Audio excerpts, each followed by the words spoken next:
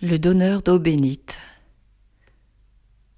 Il habitait autrefois une petite maison, près d'une grande route, à l'entrée d'un village.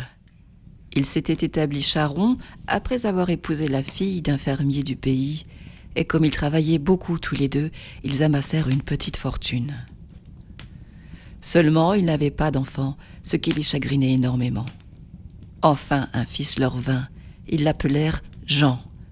Et ils le caressaient l'un après l'autre, l'enveloppant de leur amour, le chérissant tellement qu'ils ne pouvaient rester une heure sans le regarder. Comme il avait 5 ans, des saltimbanques passèrent dans le pays et établirent une baraque sur la place de la mairie. Jean, qui les avait vus, s'échappa de la maison, et son père, après l'avoir cherché bien longtemps, le retrouva au milieu des chèvres savantes et des chiens faiseurs de tours, qui poussaient de grands éclats de rire sur les genoux d'un vieux paillasse. 3 jours après, à l'heure du dîner, au moment de se mettre à table, le charron et sa femme s'aperçurent que leur fils n'était plus dans la maison. Ils le cherchèrent dans leur jardin, et comme ils ne le trouvaient pas, le père, sur le bord de la route, cria de toute sa force « Jean !» La nuit venait. L'horizon s'emplissait d'une vapeur brune qui reculait les objets dans un lointain sombre et effrayant. 3 grands sapins, tout près de là, semblaient pleurer. Aucune voix ne répondit, mais il y avait dans l'air comme des gémissements indistincts.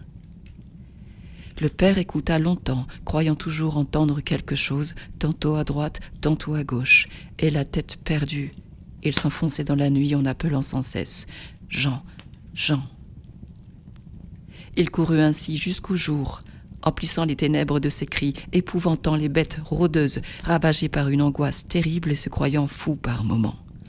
Sa femme, assise sur la pierre de sa porte, sanglota jusqu'au matin. On ne trouva pas leur fils, alors ils vieillirent rapidement dans une tristesse inconsolable. Enfin, ils vendirent leur maison et ils partirent pour chercher eux-mêmes. Ils questionnèrent les bergers sur les côtes, les marchands qui passaient, les paysans dans les villages et les autorités dans les villes. Mais il y avait longtemps que leur fils était perdu, et personne ne savait rien. Lui-même avait sans doute oublié son nom maintenant, et celui de son pays, et il pleurait, n'espérant plus. Bientôt, ils n'eurent plus d'argent, alors ils se louèrent à la journée dans les fermes et les hôtelleries, accomplissant les besognes les plus humbles, vivant des restes des autres, couchant à la dure et souffrant du froid. Mais comme ils devenaient très faibles à force de fatigue, on n'en voulut plus pour travailler, et ils furent obligés de mendier sur les routes. Ils accostaient les voyageurs avec des figures tristes et des voix suppléantes, imploraient un morceau de pain des moissonneurs qui dînent autour d'un arbre à midi dans la plaine.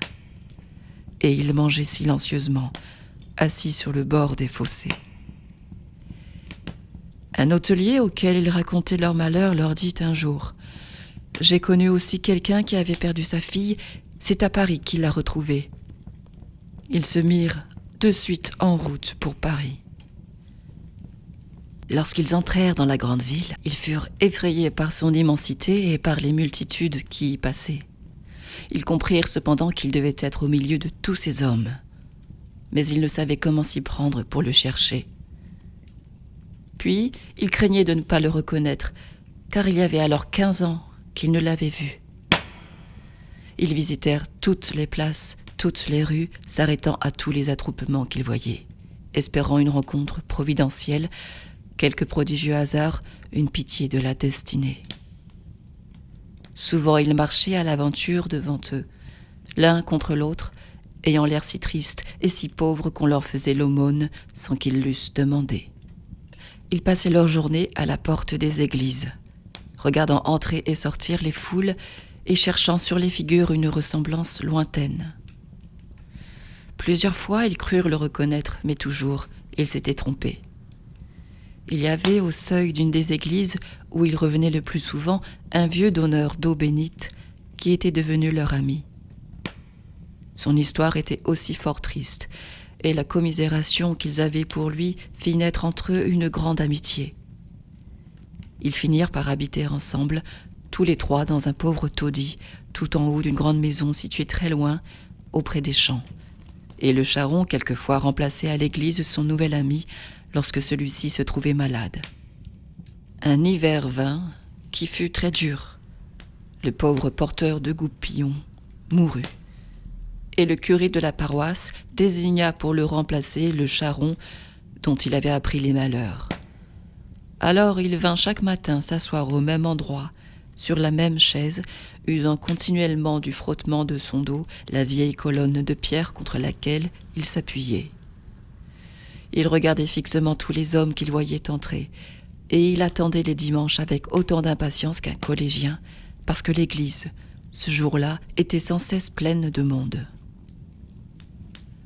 Il devint très vieux, s'affaiblissant encore sous l'humidité des voûtes, et son espoir s'émiettait tous les jours.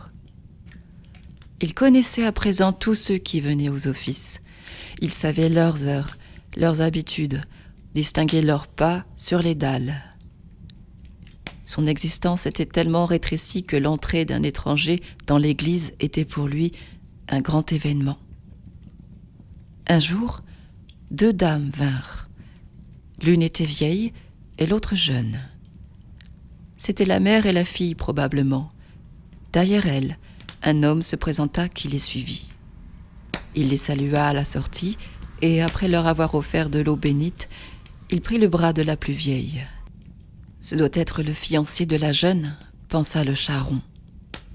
Et il chercha jusqu'au soir dans ses souvenirs où il avait pu voir autrefois un jeune homme qui ressembla à celui-là. Mais celui qu'il se rappelait devait être à présent un vieillard, car il lui semblait l'avoir connu là-bas, dans sa jeunesse. Ce même homme revint souvent accompagner les 2 dames, et cette ressemblance vague, éloignée et familière qu'il ne pouvait retrouver, importunait tellement le vieux donneur d'eau bénite qu'il fit venir sa femme avec lui pour aider sa mémoire affaiblie. Un soir, comme le jour baissait, les étrangers entrèrent tous les 3. Lorsqu'ils furent passés, « Eh bien, le connais-tu » dit le mari. La femme inquiète cherchait à se rappeler aussi. Tout à coup, elle dit tout bas. « Oui, oui, mais il est plus noir, plus grand, plus fort et habillé comme un monsieur. Pourtant, père, vois-tu, c'est ta figure quand tu étais jeune. » Le vieux fit un soubresaut. C'était vrai, il lui ressemblait, et il ressemblait aussi à son frère qui était mort, et à son père qu'il avait connu jeune encore. Ils étaient tellement émus qu'ils ne trouvaient rien à se dire. Les 3 personnes redescendaient, allaient sortir. L'homme touchait le goupillon du doigt. Alors le vieux, dont la main tremblait tellement qu'elle faisait par terre une pluie d'eau bénite, s'écria « Jean ?» L'homme s'arrêta le regardant. Il reprit plus bas « Jean ?»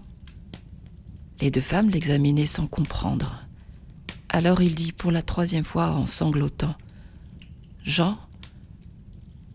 L'homme se pencha tout près de sa figure et, illuminé par un souvenir d'enfance, il répondit « Papa Pierre, maman Jeanne ». Il avait tout oublié, l'autre nom de son père et celui de son pays. Mais il se rappelait toujours de ces 2 mots qu'il avait tant répétés, « Papa Pierre, maman Jeanne ». Il tomba, la figure sur les genoux du vieux, et il pleurait. Et il embrassait l'un après l'autre son père et sa mère, qui suffoquaient d'une joie démesurée. Les 2 dames pleuraient aussi, comprenant qu'un grand bonheur était arrivé. Alors ils allèrent tous chez le jeune homme, et il leur raconta son histoire. Les saltimbanques l'avaient enlevé. Pendant 3 ans, il parcourut avec eux bien des pays. Puis la troupe s'était dispersée, et une vieille dame, un jour dans un château, avait donné de l'argent pour le garder, parce qu'elle l'avait trouvé gentil. Comme il était intelligent, on le mit à l'école puis au collège, et la vieille dame, n'ayant pas d'enfant, lui avait laissé sa fortune.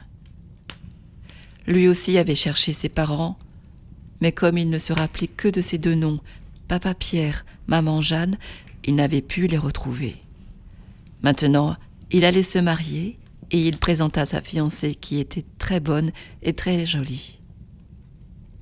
Quand les 2 vieux eurent dit à leur tour leur chagrin et leur fatigue, ils l'embrassèrent encore une fois, et ils veillèrent fort tard ce soir-là, n'osant pas se coucher de crainte que le bonheur qui les fuyait depuis si longtemps ne les abandonnât de nouveau pendant leur sommeil.